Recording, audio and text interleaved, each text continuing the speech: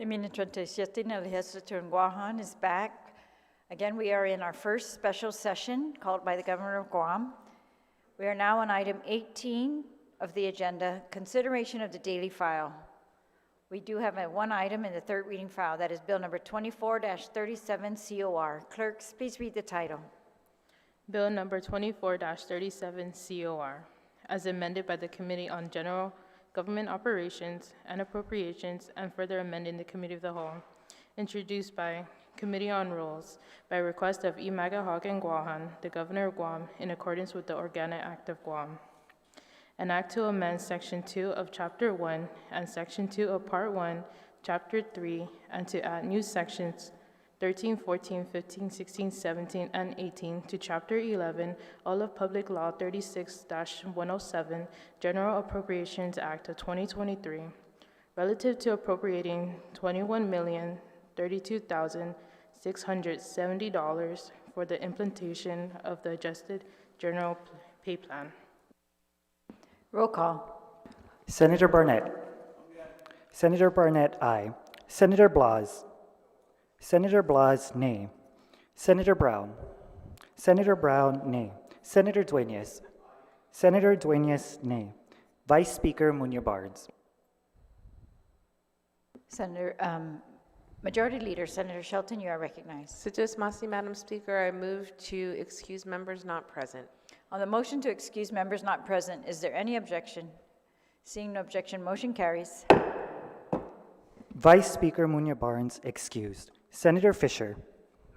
Senator Fisher, nay. Senator Lujan. Senator Lujan, nay. Senator Parkinson. Senator Parkinson, aye. Senator Perez. Senator Perez, aye. Senator Canazza. Senator Canazza, aye. Senator San Augustine. Senator San Augustine, aye. Senator Sinicolas. Senator Sinicolas, aye. Senator Shelton. Senator Shelton, aye. Senator Taitigui. Senator Taitigui, excuse. Speaker Terlahi. Speaker Terlahi, aye.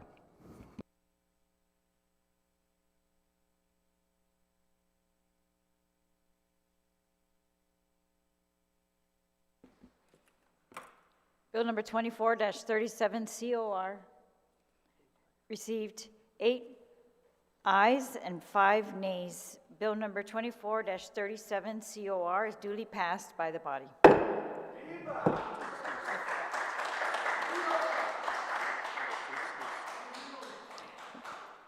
There were 2 excused on that vote as well.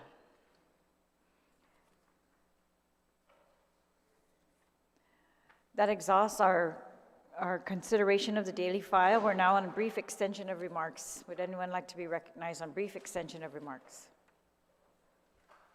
Senator Parkinson, you are recognized.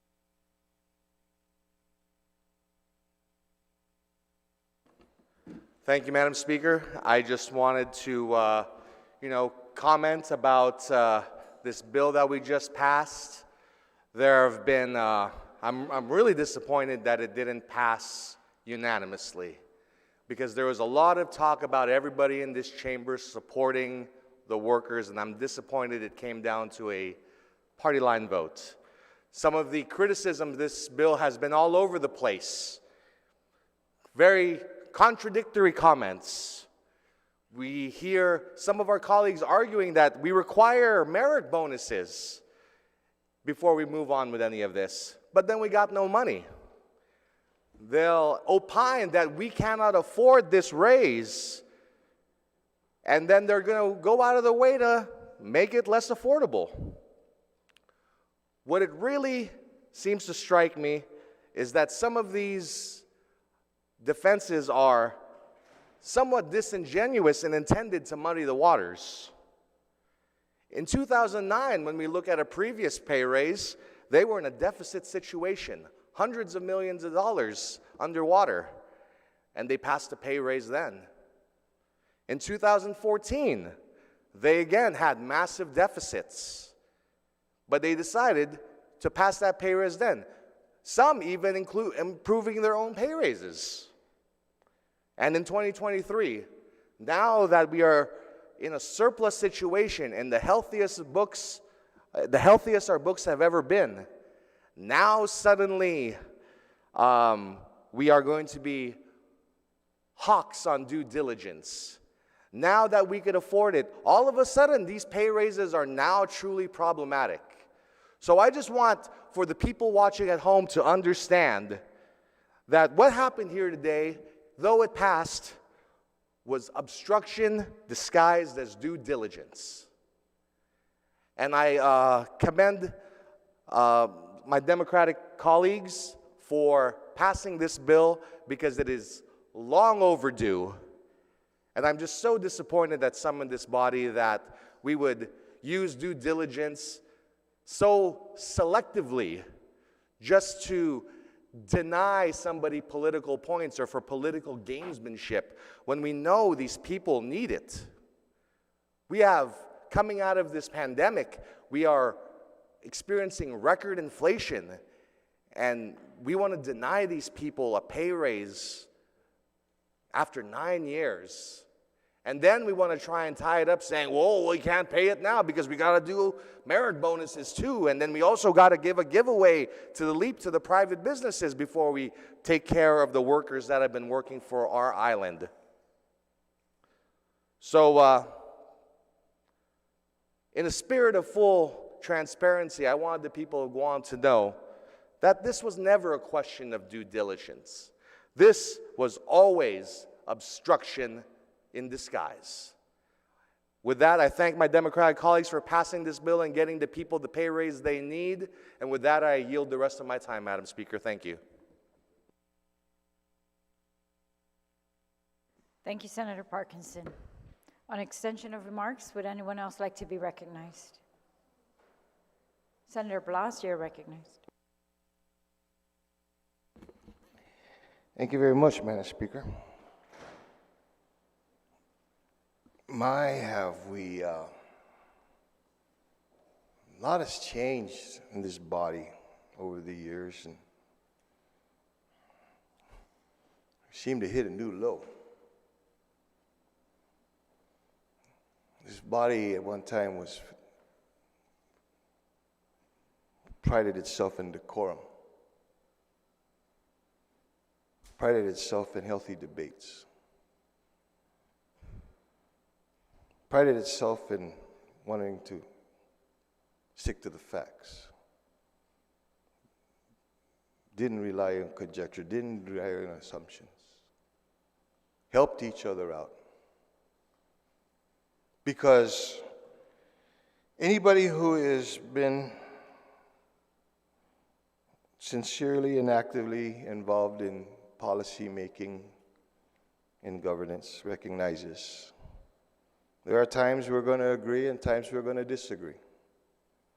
There are times that we're going to vehemently argue one point or another. But when the decision is made and the decision is made, you move on. Because down the road, while today you may be enemies, for lack of a better term, you're going to be the best of friends in another matter. And that when you're out in the community working together, the committee wants to see you working together. Not name calling, not bashing, not attacking in the way personally and person's personally or against his character.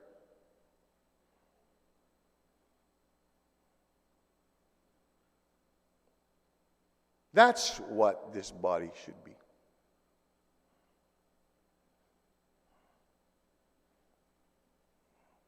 And at the end of the day, if I don't agree to it and you do, then we agree to disagree.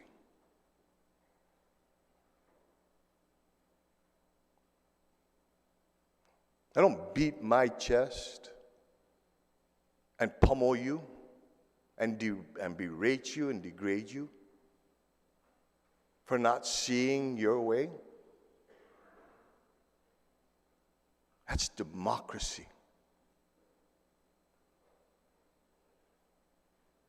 What was very disappointing in this exercise that we just went through was the bullying,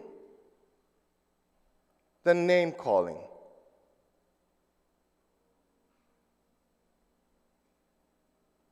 My colleague did not deserve what was exacted to her.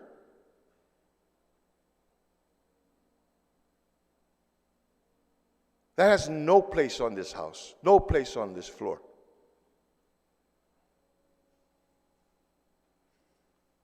And hopefully, that as we move on, because we're just in the first quarter of this term,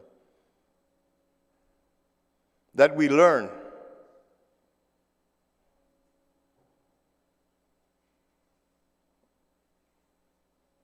that there's going to be differences. We learn how to get past those differences.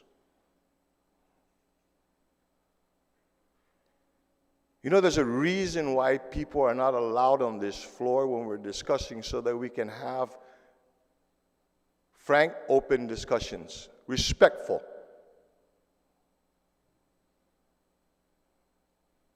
But if you're going to display the arrogance, if you're going to display the immaturity,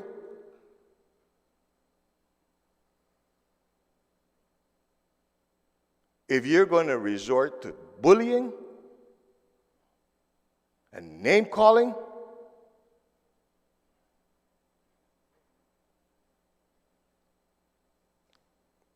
what does that say of the kind of legislation that you're working on?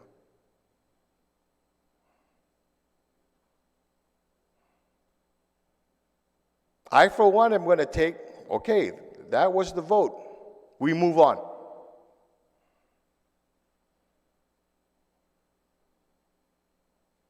But don't attack my colleagues in the way you did. Don't attack. And okay. Senator Joanne did not deserve what she got.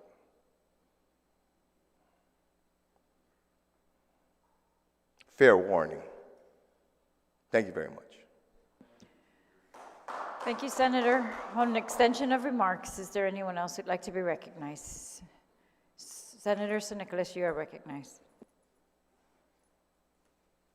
Thank you, Madam Speaker. I've been a customs officer for a pretty long time, and I spent a lot of years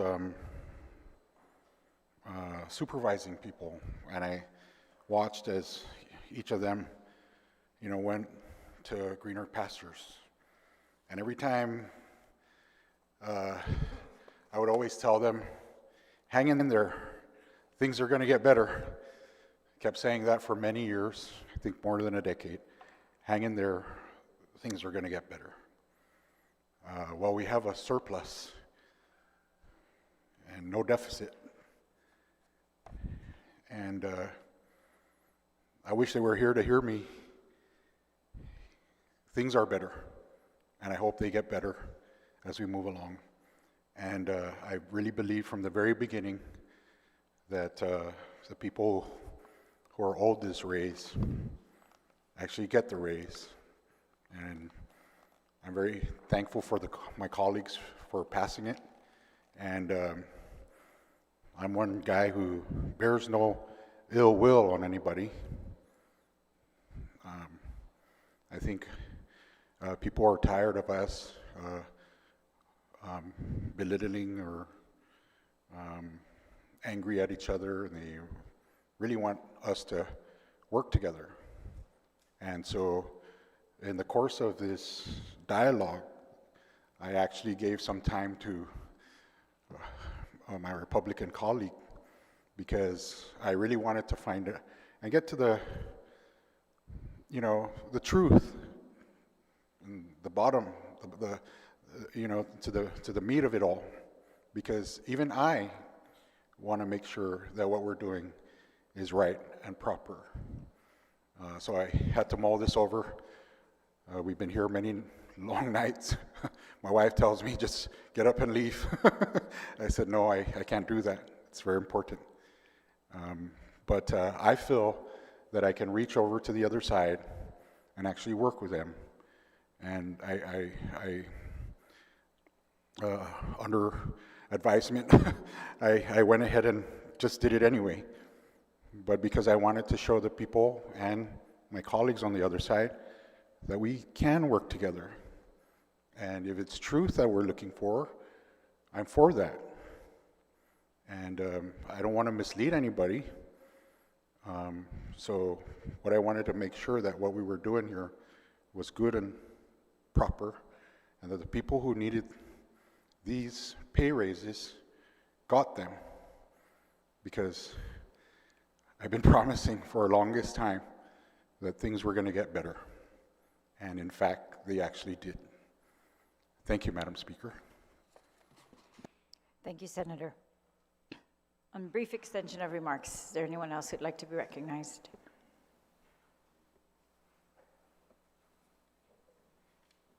Senator Lujan, you are recognized.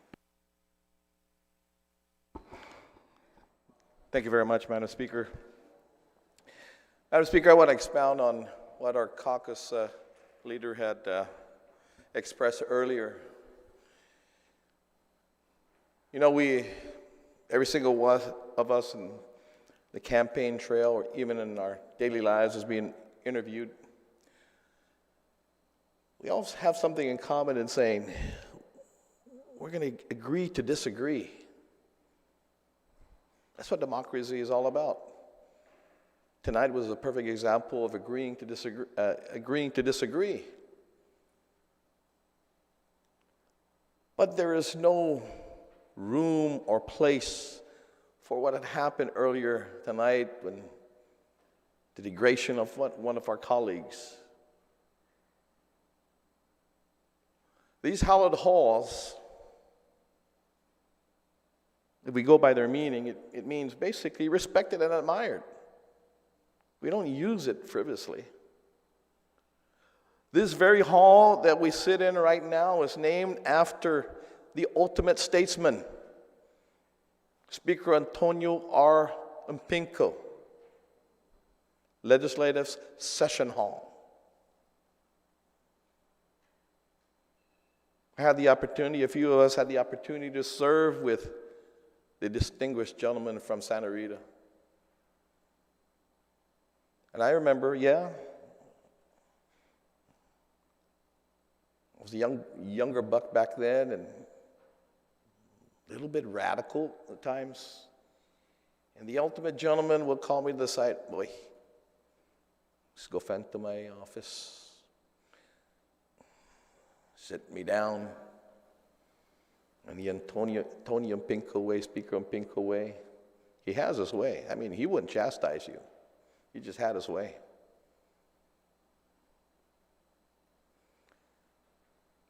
By the time you were done speaking, and in his Antonio Mpinko, very nice, gentlemanly way, you walked out of there and you said, I just got an ass whipping.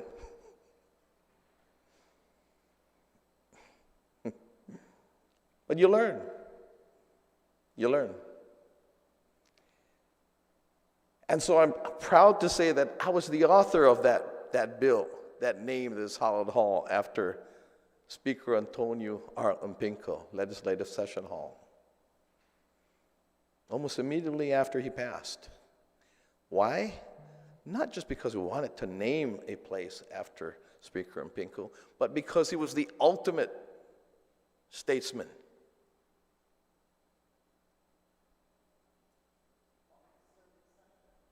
Absolutely.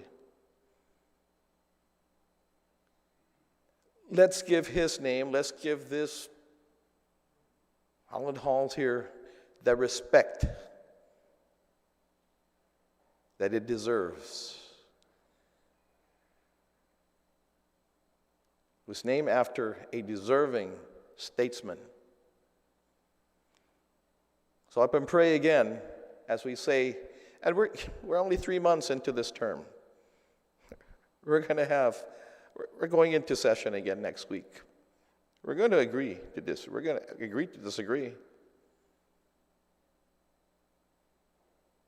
But I ask, and again, I ask and I pray that our members here,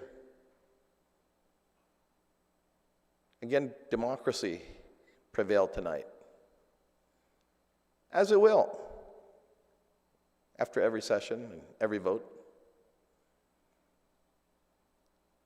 So again, please remember where you're at. Remember the namesake of this hall that we sit in.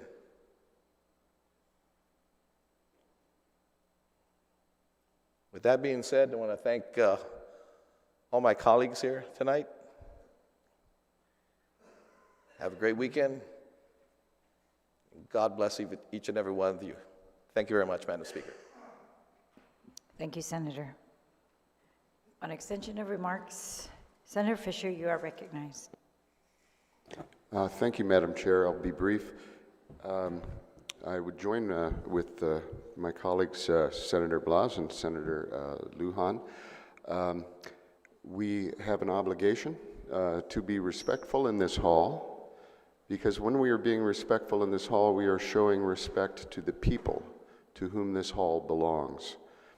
If the people who are watching this feel in any way that we have been disrespectful, I deeply apologize. That was not our intent.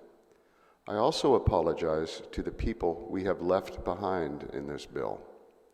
I want to assure them, through their disappointment, that we are not finished in our work in ensuring just compensation for all of the employees of the government of Guam.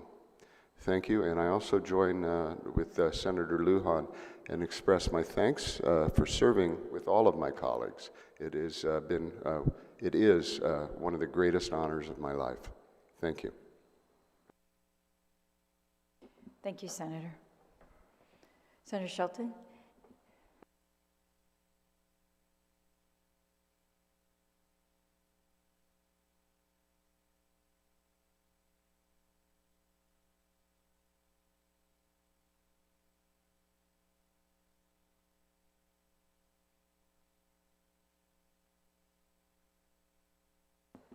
For brief extension of remarks, Speaker Terlahi, you are recognized.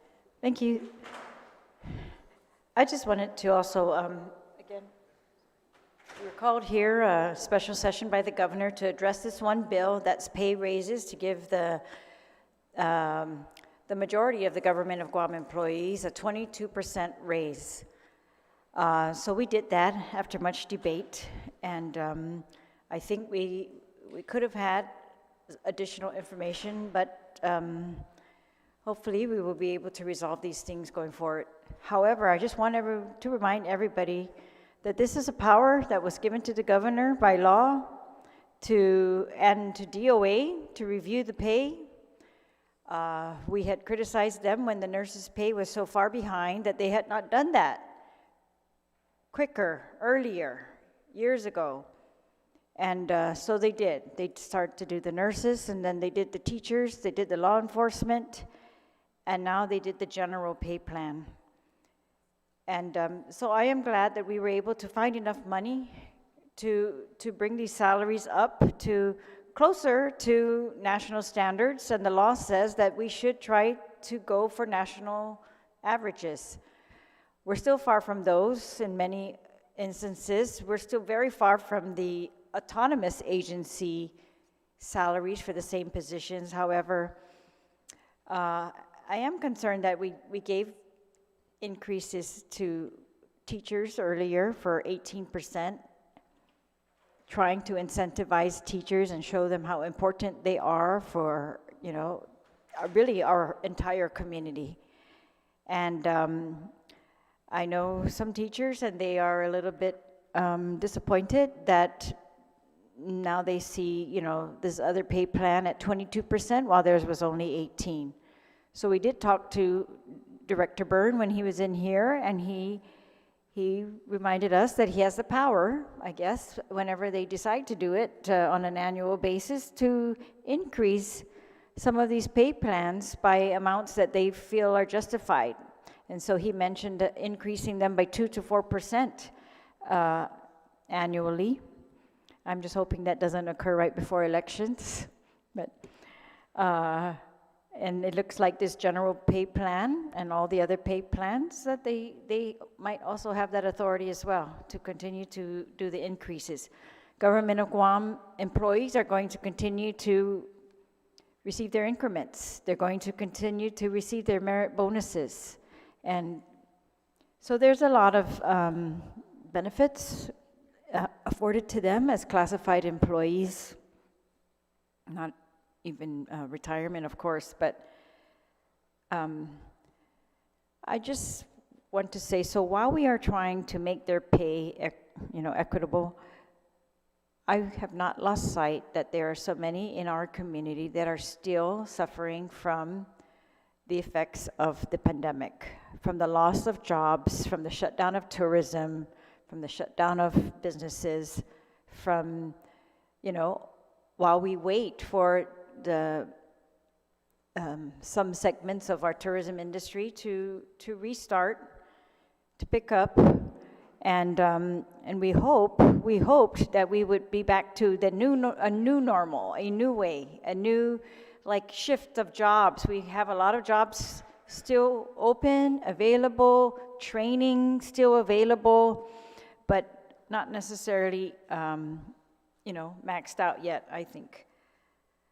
But one thing I also just want to remind is that, inflation's high, and so we need to allow our employees to live, with decent salaries. But we also have to remind our employees that we can do better, and I think almost in every agency we can do better. We still have a $5 million appropriation for food that has not been dispersed after 2 years or longer.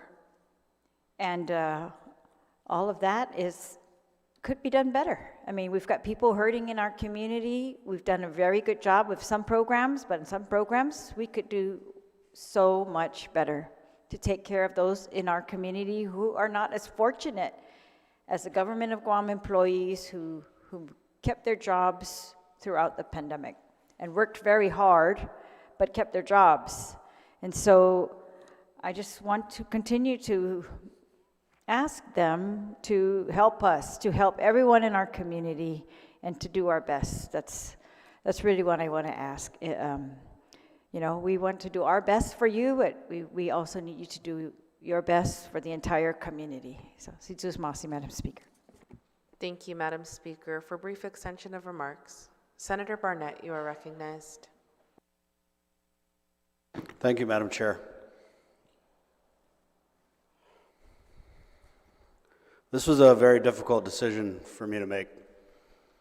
I'm not here to celebrate my yes vote, but I do know that despite the many uncertainties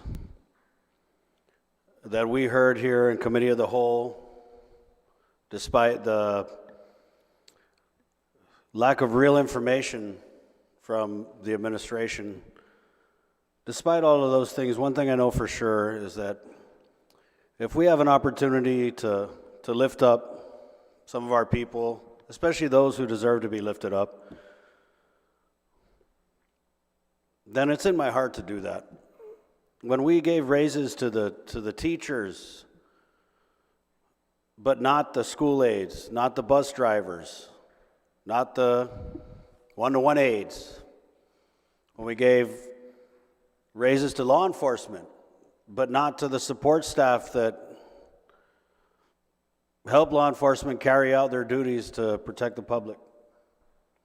When we gave raises to the nurses, but not the medical staff that hold up the nurses.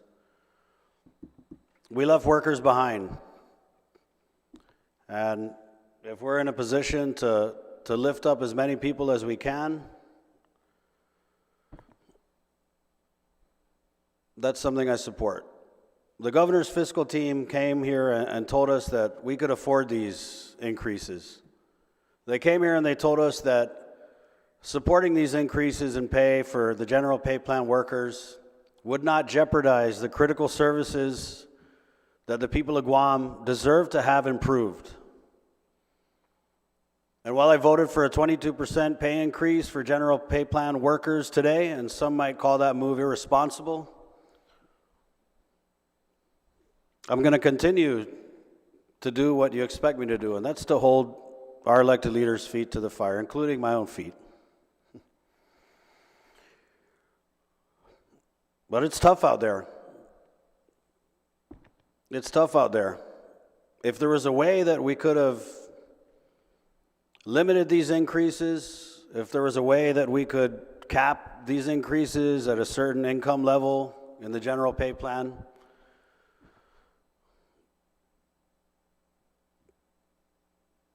I feel we could have done it, but I didn't see that opportunity. And our workers haven't gotten an increase in pay in over 10 years. And meanwhile, to quote testimony from the hearing we had across the hall today, everything is rising. It's no secret. People are struggling.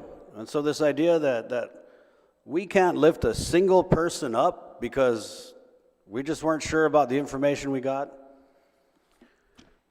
I can't support. I'm not one who believes easily the words of government officials, and I'm not saying that I believe what the Department of Administration came down here to say, because they didn't really say much of anything. And I understand the great cost that we're placing on the backs of the taxpayers by voting yes on these raises.